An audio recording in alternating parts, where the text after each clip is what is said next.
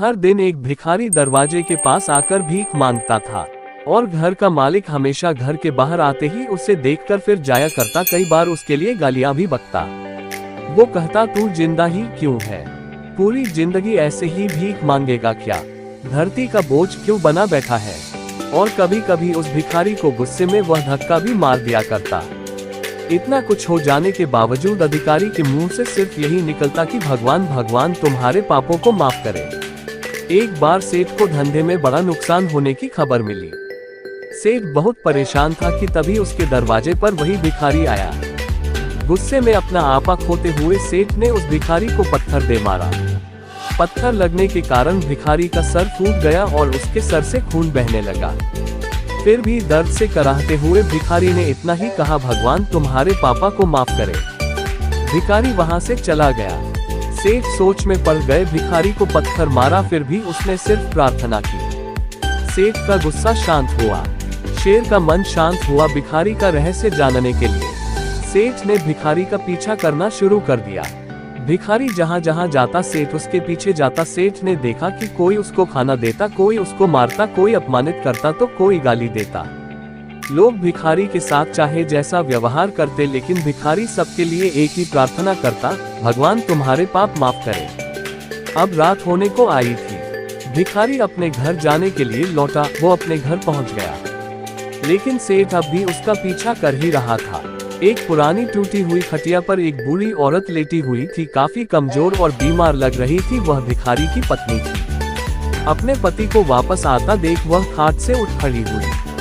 पत्नी ने अपने पति के भीख वाले कटोरे में देखा, उसमें सिर्फ आधी बासी रोटी थी। उसे देखकर वह बोली, आज बस इतना ही मिला, और हाँ आपके सिर से खून निकल रहा है, ये चोट कैसे लगी? बूढ़ा भिखारी बोला, आज बस इतना ही मिला, किसी ने कुछ दिया ही नहीं। सब ने गालियां दी और एक नए पत्थर भी फेंकना, इसलिए मेरा सर फट गया। एक गहरी ठंडी सांस लेकर बूढ़ा भिखारी फिर से बोला, यह मेरे ही पापों का फल है। तुम्हें याद है कुछ सालों पहले हम कितने अमीर थे? क्या कुछ नहीं था हमारे पास? हमारे पास हर चीज जरूरत से ज्यादा थी, लेकिन हमने कभी दान नहीं किया। और उससे भी बुरा हमने उस अंधे भिखारी के साथ किया जो हमारे द्वार पर भीख मांगने आया करता था। बूढ़ी पत्नी की आंखों में आंसू आ गए। वह बोली, हाँ हम उस बेचारे अंधे के साथ बहुत बुरा करते थे, उसका अपमान करते थे, उसे खाने के लिए रोटी की जगह कागज दिया करते, उसका मजाक उड़ाया करते और कभी कभी मारा भी करते। मैंने कभी उसको रास्ता नहीं दिखाए। एक बार मैंने उसके मुंह पर मिट्टी भी फेंकी थी और वो हमेशा दुखी होकर यही कहता कि भगवान तुम्हें तुम्हारे किए की सजा देगा, भगवान तुम्हारे पापों की सजा जरूर देगा। उसका श्राप सच हुआ और हम इस दुख भरी जिंदगी में आ गए।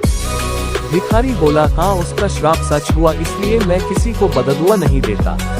चाहे कोई मेरे साथ कैसा भी बर्ताव करे, मैं हमेशा उसके लिए प्रार्थना करता हूँ। मैं नहीं चाहता कि कोई भी हमारे जैसे जिंदगी का अनुभव करे, किसी को भी हमारे जैसे दुखों का सामना करना पड़े। वो नहीं जानते कि वह कितना बड़ा पाप कर रहे हैं, इसलिए अनजाने में हुए पाप की ऐसी सजा किसी को भी मिले मैं नहीं चाहता। सेठ वहीं पर छुपकर यह सारी बातें सुन रहा था। अब उसे सब कुछ समझ में आ गया था। भिखारी और उसकी पत्नी ने वह आधी रोटी मिल बांट कर खाए और भगवान को धन्यवाद बोलकर सो गए। अगले दिन बड़ा भिखारी फिर से भीख मांगने गया। सेठ के घर के पास जाते हैं। सेठ ने पहले से गरम रोटी या उसके लिए निकाल कर रखी थी। उसे देते हुए सेठ विनम्रता से बोला, माफ कर दीजिए बाबा, उससे बहुत बड़ी गलती हो गई। बूढ़ा भिखारी बोला, भगवान तेरा भला करे। इतना कहकर वह आगे निकल गया। इस कहानी से जो सीख लेने लायक है वह बड़ी ही सिंपल है कि आदमी चाहे किसी के बारे में बुरा कहे या भला करे, लेकिन भगवान सिर्फ कर्म के हिसाब से उसको फल देता है। क्या हुआ अगर भगवान नहीं दिखता है? लेकिन ये बात बिल्कुल सच है, उसके खाते में सबका हिसाब बहुत बहुत पक्का होता है। इसलिए जब किसी के लिए कुछ भी करो तो अच्छा ही करो। तो दोस्तों वीडियो कैसा लगा? अगर वीडियो अच्छा लगा